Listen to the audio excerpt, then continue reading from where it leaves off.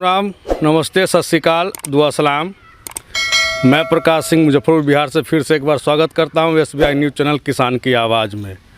साथियों, मैं निकला था आज, फिर हमारी SBI टीम निकली थी किसी नए किसान की खोज में।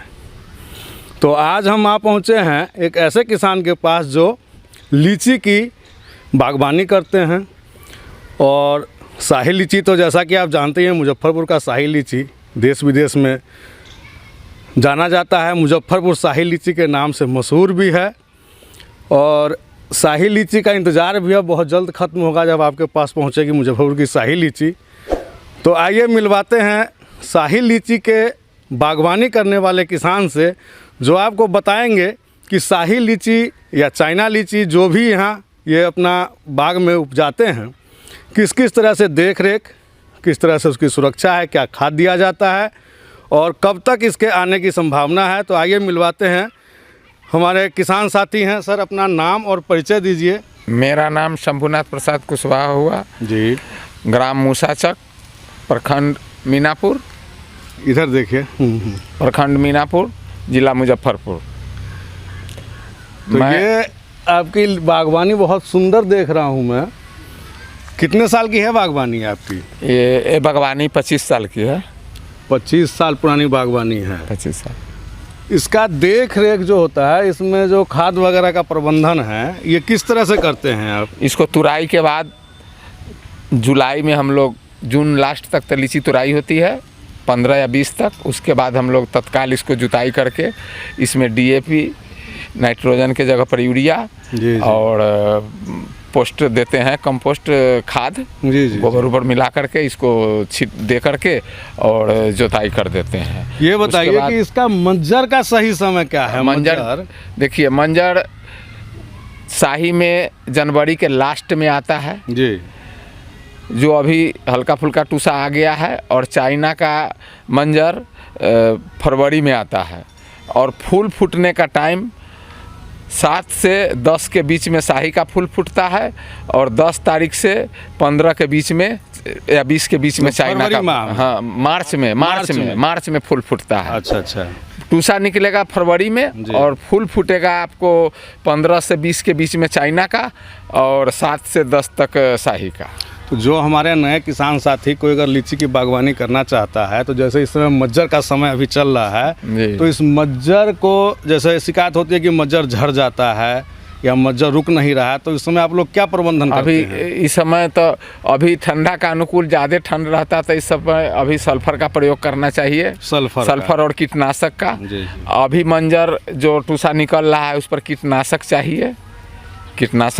उसके बाद में जब मंजर में मसूर दाना आ जाता है, उसमें हम लोग 1 ml के वजह से, माने 1 लीटर में 1 ml प्लानोफिक्स का स्प्रे करते हैं दाना टिकने के लिए। जी। उसके बाद वाला में कीटनाशक देते हैं। उसी तरह से फिर जब छोटा दाना जिस समय लीची का बनता है, उस समय भी कोई स्प्रे वगैरह देते हैं? मसूर दाना बोले ना, जब छोटा दाना बना उस समय प्लानोफिक्स का स्प्रे किया जाता है। ठीक। 1 लीटर में 1 ml से हल्का कम ही दिया जाता है।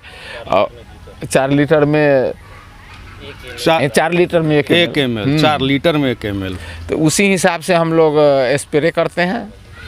उसके बाद में जैसे जैसे ग्रोथिंग होता है, कीटनाशक, जाइम, टॉनिक, ये सब मिला करके किया जाता है। ये जो है आपकी शाही लीची, ये किस समय हम लोगों के यहाँ, अपने यहाँ किस समय इसकी तुड़ाई चलती है? कब तक ये पक जाता है? ये 15 मई से 15 मई से शाही तुराई स्टार्ट हो जाता है, जो आपको 25-26, माने 15 मई से 30 मई तक मानिए।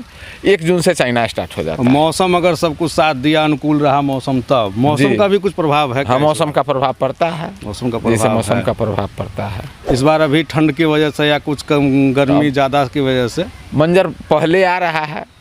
अभी जो मंजर आ रहा है, इसमें माने 90% फल अच्छा नहीं हो पकड़ेगा।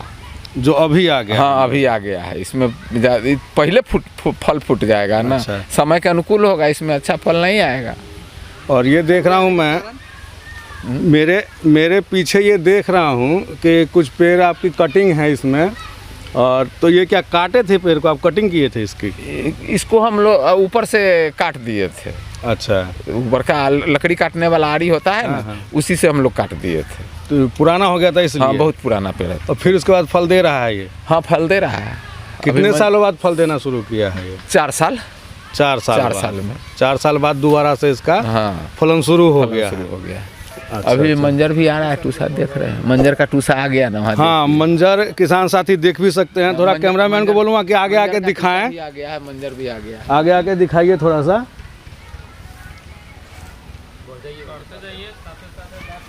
ये इस पर मंजर आप लोग देख रहे होंगे, जैसा कि हमारे किसान साथी का कहना है कि ये मंजर ज़्यादा पहले आ गया है, जो कि ठंड होना चाहिए इस मौसम में, उस हिसाब से ठंड है नहीं, गर्मी ज़्यादा पहले होने लगी है, इसलिए ये मंजर पहले आ गया है ना।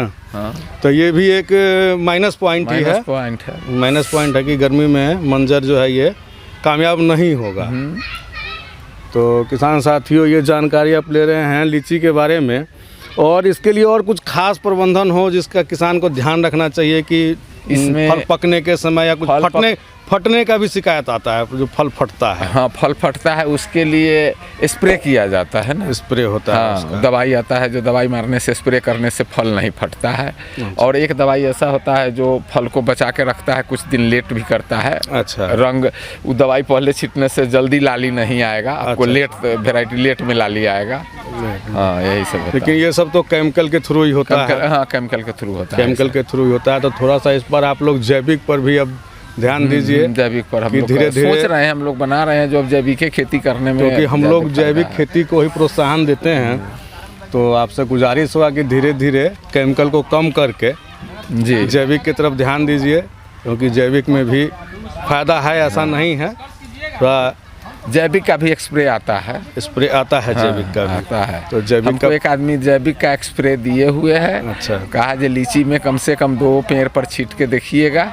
हम कहें अच्छा मंजर आने दीजिए, हम 2 पेड़ पर इसका प्रयोग करेंगे, उसके बाद देखा जाएगा। और जैसे इसका आपका आपदा वगैरह में या बारिश हो गई, कुछ हुआ, नुकसान हुआ, तो क्या इसके लिए सरकार आप लोगों को कुछ अनुदान कुछ नहीं मिलता है? कुछ नहीं मिलता है। लीची में आज तक कुछ अनुदान नहीं मिला है हम लोग को। जैसे ज़्यादा बारिश हो गई, सारा लीची नीचे आ गया, फसल तैयार है, 2 से 3 दिन के अंदर अंदर में पूरा नीचे आ जाता है।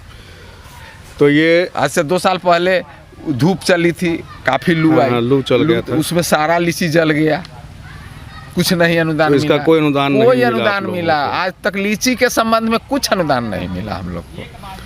तो ये लीची के किसान हैं, और इस तरह के यहाँ हमारे पास मुजफ्फरपुर में लाखों किसान हैं जो कई कई एकड़ में लीची की खेती करते हैं। लेकिन क्या गेहूँ खराब होने पर अनुदान मिलता है, धान का मिलता है, तो क्या बागवानी पे नहीं मिलना चाहिए? तो ये सवाल मैं सत्ता में बैठे हुए शासन प्रशासन से ही करूँगा, और बागवानी करने वाले किसानों को तरफ भी थोड़ा सा मुड़ के देखें कि आखिर उनकी दुख दशा क्या है।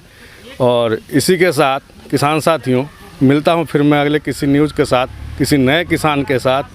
चैनल को लाइक करें, सब्सक्राइब करें, शेयर ज़रूर करें कि ये जानकारी और अपने किसान साथियों को भी मिल सके। तब तक के लिए जय हिंद, जय भारत, जय जवान, जय किसान।